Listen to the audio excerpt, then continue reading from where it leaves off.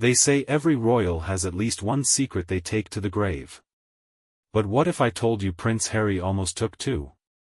And the second one, the real one, wasn't about Meghan Markle, nor the paparazzi, nor even his fraught relationship with the crown.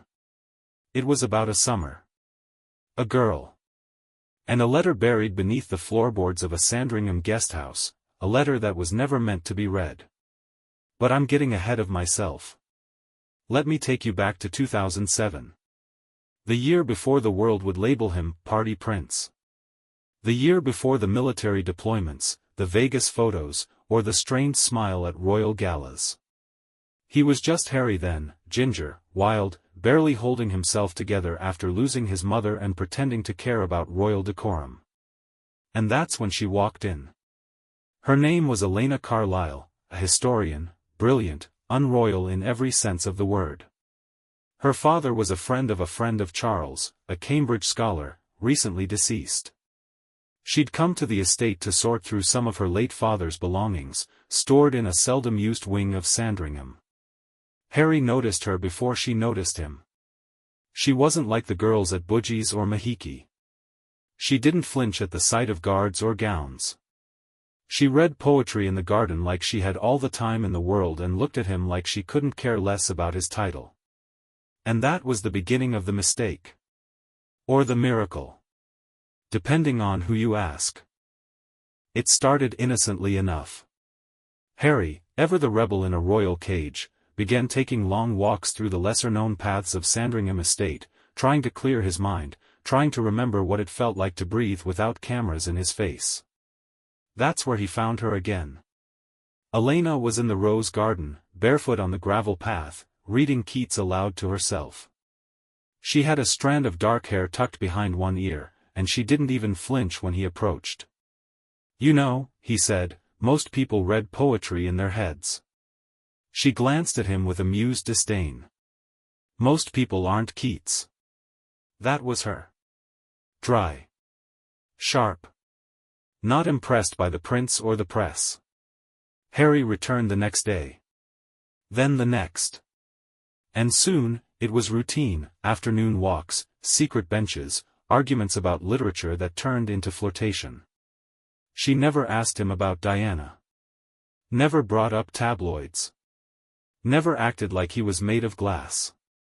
And for Harry, who had spent most of his life feeling like a polished museum piece, that was intoxicating. One rainy evening, they ducked into the old stables, now used for storage. Dust hung in the air like memories. Their conversation that day was about loss, how grief doesn't end, it just gets quieter. She shared a story about her father. He, for the first time in months, spoke her name softly. Elena. And when he said it, it felt less like a name and more like a confession. That's when they kissed. Not like a prince and a subject. Like two people who had nothing left to prove. Like two broken pieces that just happened to fit. But this wasn't a fairy tale. And secrets, especially royal ones, don't stay buried. The rain didn't stop for 3 days after their first kiss. It drummed on the roof like a ticking clock, like fate itself counting down. While Harry kept sneaking in visits, sometimes disguised, sometimes just stupidly reckless, Elena had turned her attention back to her father's belongings, still boxed and yellowing in one of the guesthouse parlors. Journals, letters, faded photographs. Her father had been a royal archivist in the late 1980s, though he rarely spoke about it. Until now, she hadn't asked why. Then she found it, his private journal, thin, leather-bound, almost crumbling from age. At first, it was ordinary, notes on archives, weather reports, books he wanted to read. But around the middle, the tone shifted. Her father started writing about a Project Asphodel. A file hidden in the royal archives, sealed by direct order of the Queen herself. It mentioned names, Diana, Spencer, Operation Signet, and one chilling line that made Elena freeze. If the truth comes out, it won't be Charles who pays for it. It'll be Harry. She read it 3 times. Then again. Then she whispered into the empty room, what truth? That night, she didn't meet Harry in the garden. He waited for nearly 2 hours. Rain soaked him to the skin, but he didn't care. She didn't come. When he saw her the next morning, her face was pale. She handed him the journal, open to the page. "I think there's something you don't know," she said, barely above a whisper. "And I think they've kept it from you your entire life." He read the passage. Then read it again. And his hands began to shake. Harry didn't sleep that night. He sat alone in one of the old drawing rooms, fire crackling, journal clutched in his hands like a lifeline. The word swam in his head: if the truth comes out, it won't be Charles who pays for it. It'll be Harry. Truth? About what? Elena was more methodical. She wasn't just thinking emotionally, she was researching, cross-referencing dates, names, events. Her father had scribbled a half-legible note at the bottom of the journal page, beneath the oak plank. Drawing room C, Sandringham. Envelope marked with black wax. They found the room on the second floor, a forgotten space, layered with dust and time. Elena's fingers ran over the old oak floor until she found it, a single loose plank near the fireplace. Together, silently, they pried it up. And there it was. An aged envelope sealed in black wax with an unfamiliar crest, not royal, but private. Inside was a letter, handwritten in trembling ink. No signature. No date. But unmistakably Diana's handwriting. Harry recognized it immediately. He had seen it in cards, birthday notes, love-laced messages now kept locked in the palace archives. This letter was never meant for anyone else to read. "If something happens to me, it won't be an accident. I'm being watched. I've seen the files. There is a name in those records that doesn't belong, someone I knew before Charles, before the firm. Someone they erased. And now, there is a child. I don't know what they'll do to him if they find out. But they must never know. Not until he's safe. Not until he's strong enough to hear it." The room fell silent. Harry's breath caught in his throat. "There is a child." "Elena," he began, but she was already backing away, realization blooming across her face like a bruise. "No," she whispered. "Harry. She's talking about you." Outside the room, down the hall, someone clicked off a recording device. A voice whispered into a hidden earpiece, "They found the letter. Initiate protocol." The past was no longer buried. And now, neither were its consequences. They didn't hear the creak in the hallway. They didn't see the shadow behind the mirror. But something shifted in Sandringham that night. A line was crossed, and the house knew it. Harry clutched the letter with both hands, rage and confusion crashing over him like a tidal wave. Elena tried to steady him, but he looked haunted. "We need to leave," she whispered. "Now." They slipped through the corridor, careful, quiet, but Sandringham had secrets of its own. And some doors weren't meant to open. As they moved toward the West Wing exit, Harry stopped. "What is this?" he said. A door, one he'd never noticed before, disguised as part of the ornate wainscoting, stood slightly ajar. Curiosity pulled him in. Inside was a cold, windowless room lined with dusty monitors, some flickering with static, others showing live feeds of various rooms, including the one where they'd found the letter. Elena's mouth went dry. On one screen, she saw herself from 2 nights ago in the garden, reading poetry, alone. Another showed Harry pacing outside her guest house. On a third, grainy footage of them kissing in the stables. "Oh my God," she murmured. "They've been watching us." And there, in the center of the room, a file on a desk. Labeled. Carlyle. Elena, profile. Access, limited. Subject, proximity to subject H. Harry grabbed it, opened it, and there it was, a Royal Intelligence dossier. Her background. Her academic record. Photos taken without her knowledge. Dates of interaction with subject H, him. They knew before we even, Harry stopped. They've been tracking you. A voice spoke from behind them. I told them this would happen. They spun around. It was Hugh Atwell, a royal security officer. Trusted. Loyal. And now, standing in the doorway like a ghost with a badge. I told them if you brought her here, she'd get too close. Too smart. He looked at Elena, not unkindly. You're not the first. But you're the only one who got this far. Harry stepped forward. What the hell is this? Hugh sighed.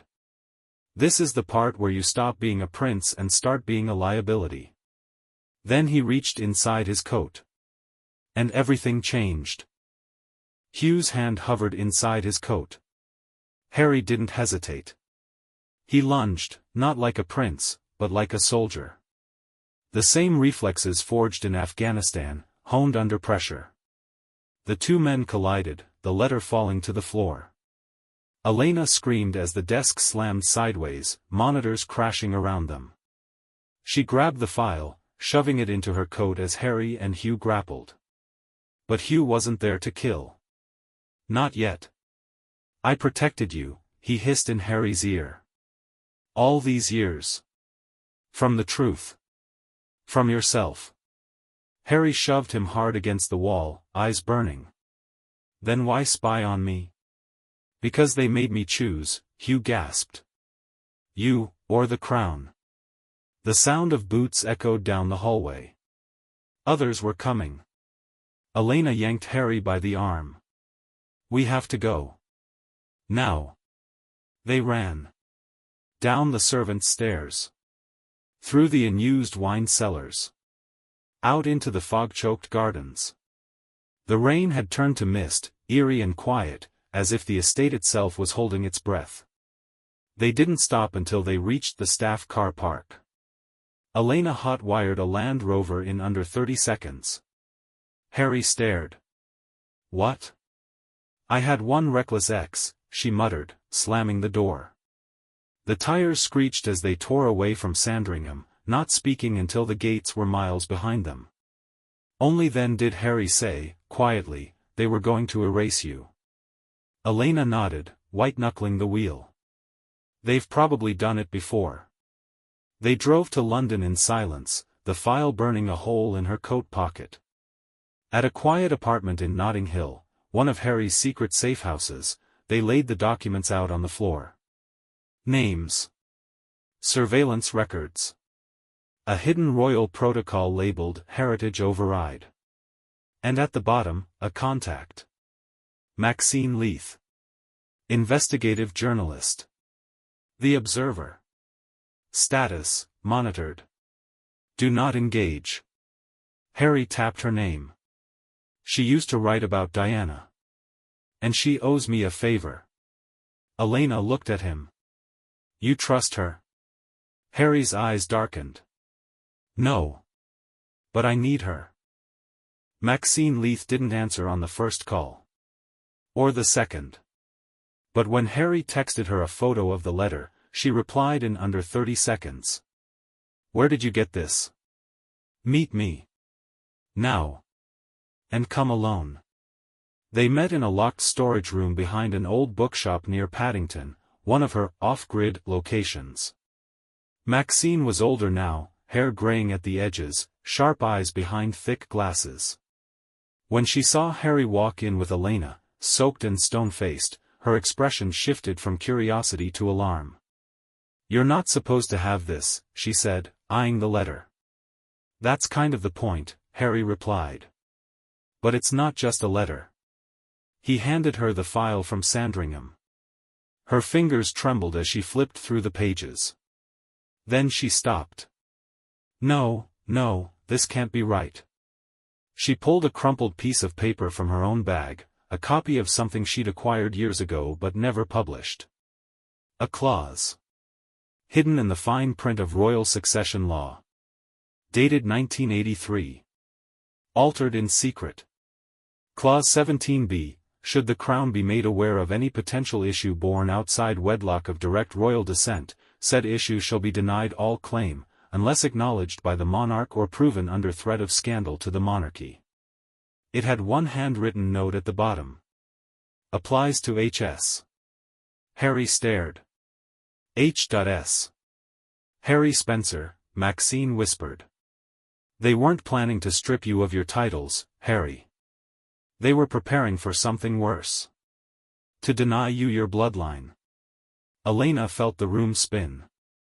They were saying, you might not be Charles's son. No, Maxine said grimly. They were saying Diana was pregnant before Charles. And they've buried that fact for over 20 years. Harry stepped back like he'd been hit. But then, who? Maxine didn't answer. Instead, she showed them a photograph, grainy and time-worn. A man. Smiling. Tall, blonde. Standing beside Diana in 1981. Elena looked between the photo and Harry. The resemblance was impossible to ignore. Outside, across the street, a camera lens retracted. And someone in a dark coat made a call. They've found the clause. Initiate Black Order. We silence this, now. The air in the bookshop storage room had turned electric, thick with revelation and dread. Harry couldn't take his eyes off the photograph. The man. The smile. The hair. Maxine spoke carefully, as if saying the wrong word might collapse everything. His name was Julian Forrester. A cavalry officer. Brilliant. Disgraced. And quietly reassigned after a brief and very private affair with Diana in 1981. But I was born in '84, Harry said. They were already married. Maxine nodded. Yes. But Diana's timeline was off. There were whispers she was already pregnant before the wedding. And those whispers became dangerous. She pulled out another file, an interview transcript from a nurse who'd worked at St. Mary's Hospital. There was an incident. A royal request to move a blood test off the record. It was for a new mother. The sample name was Rose. No last name. Elena frowned. Rose? Maxine smiled thinly. Diana's middle name. Harry sat down, head in his hands. So what does this mean? He asked. That I'm a bastard heir? That everything I've lived was a lie? Maxine's voice was cold. It means if this gets out, the monarchy will fracture in two. William's bloodline stays safe. But you? You become the most dangerous man in Britain. That night, Elena and Harry checked into a hidden Airbnb under a false name. Curtains drawn. Phones off. But danger doesn't knock. It explodes. At 3:42 a.m., the window shattered. A flashbang lit up the room in a burst of white fire. Masked men poured in. Black uniforms. Silencers. Not a robbery.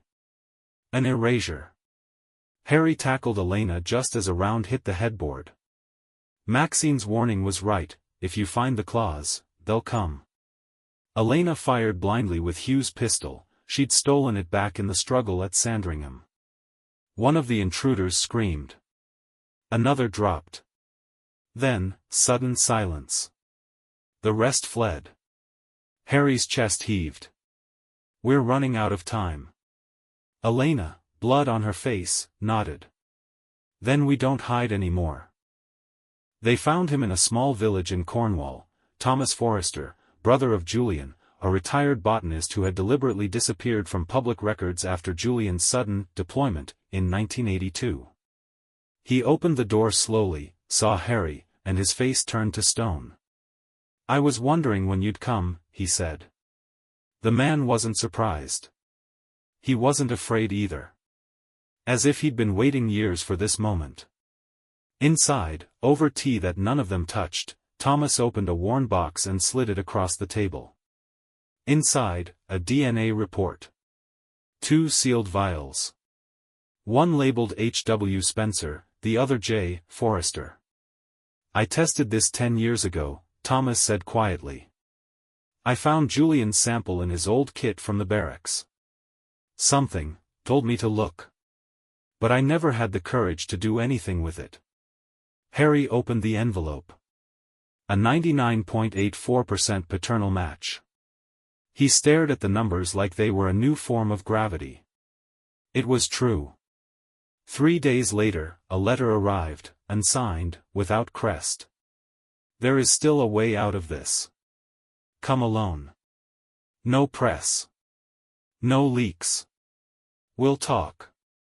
The meeting was in Balmoral. A private library Harry knew well. The Queen wasn't there, but someone almost as powerful was. Lord Everwick, the monarch's most senior advisor. Cold eyes. Silver cufflinks. Voice like ice cracking over a lake. You have every right to be angry, Everwick began. But that's not what this meeting is about. Harry said nothing. Everwick folded his hands. You've found the truth. That's undeniable. But if this story comes out, you won't destroy the crown, you'll destroy your brother. William. A beat. Elena will be silenced. The press will call her a fraud. Your name will be stripped from history. And the only son Diana ever gets to keep, will be the one they can still control. He leaned in. But we're offering you a path.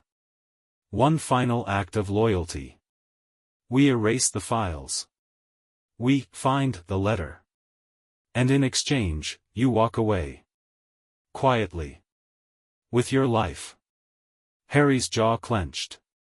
He stood. I'm not Diana's son because of her blood, he said. I'm her son because I remember how she made people feel.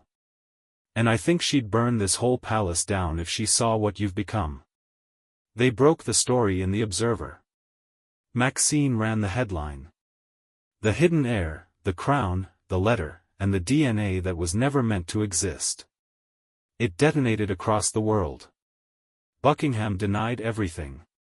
But the evidence was airtight. The letter. The file. The DNA. The interviews. And most damning, a tape of Hugh Atwell's confession, smuggled out after his sudden, early retirement. The monarchy didn't fall. But it cracked. Public trust hit a low not seen since the Diana days. Protests. Parliamentary hearings. And William, caught between love for his brother and the institution that raised him, went silent. Elena left for Oxford. She received offers from universities in America, but chose to stay, quietly, purposefully. She and Harry met one last time on a foggy morning near the old rose garden at Sandringham. I can't give you peace, he said. Not yet. Maybe not ever. She smiled sadly. You already gave me the truth. That's more than most people get. They didn't kiss. They didn't need to. She walked away, and for the first time, Harry didn't try to follow. A year later, a book appeared under a pen name, The Other Son. It had no royal crests, no salacious photos. Just a dedication. For the mother who knew too much. And the world that didn't want to know. And a single letter, pressed between its final pages, untouched, still sealed in black wax. Waiting.